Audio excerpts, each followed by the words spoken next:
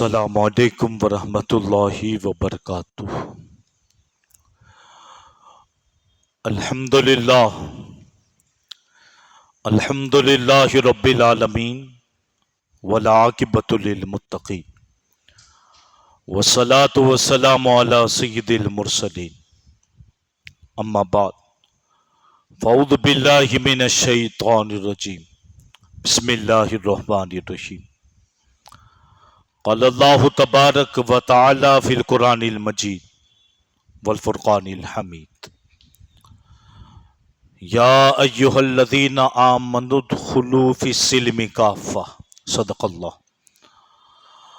اللہ المولانا العظیم وصدق رسولہ النبی الامین المتین الکریم، ونحن علی ذلک لمن الشاہدین والشاکرین والحمد للہ رب العالمین۔ معزز سامعین کرام، آئیے گفتگو سے قبل ہم اور آپ مل کر سب سے پہلے آفتاب ہدا، ماہتاب عطا، در بحر صفا، معدن اتقا، سید الاصفیاء، جلوہ حق نما، عکس نور خدا، صاحب حل عطا، احمد مجتبی، محمد مصطفیٰ صلی اللہ تعالی علیہ وسلم کی بارگاہ بے کس پناہ میں درود و سلام کا نذیر عقیدت پیش کریں، بآواز بلند پڑھیں، صلی اللہ علی النبی امہ والی صلی اللہ تعالی علیہ وسلم، صلاۃ و سلام علیک یا رسول اللہ صلی اللہ تعالی علیہ وسلم۔ معزز سامعین کرام، میں نے آپ کے سامنے قرآن پاک کی ایک آیت کریمہ کی تلاوت فرمائی، جس میں اللہ تبارک و تعالی ارشاد فرماتا ہے، یا ایہا الذین آمنوا ادخلوا فی السلم کافہ، اے ایمان والو، اسلام میں مکمل داخل ہو جاؤ، کامل طور پر، آدھے ادھورے نہیں۔ فی السلم کافہ، اسلام میں مکمل طور پہ داخل ہو جاؤ۔ اس آیت کریمہ میں ان لوگوں کو درس عبرت ہے جو اپنے کچھ معاملات یا رسم و رواج اسلام سے ہٹ کے کرتے ہیں۔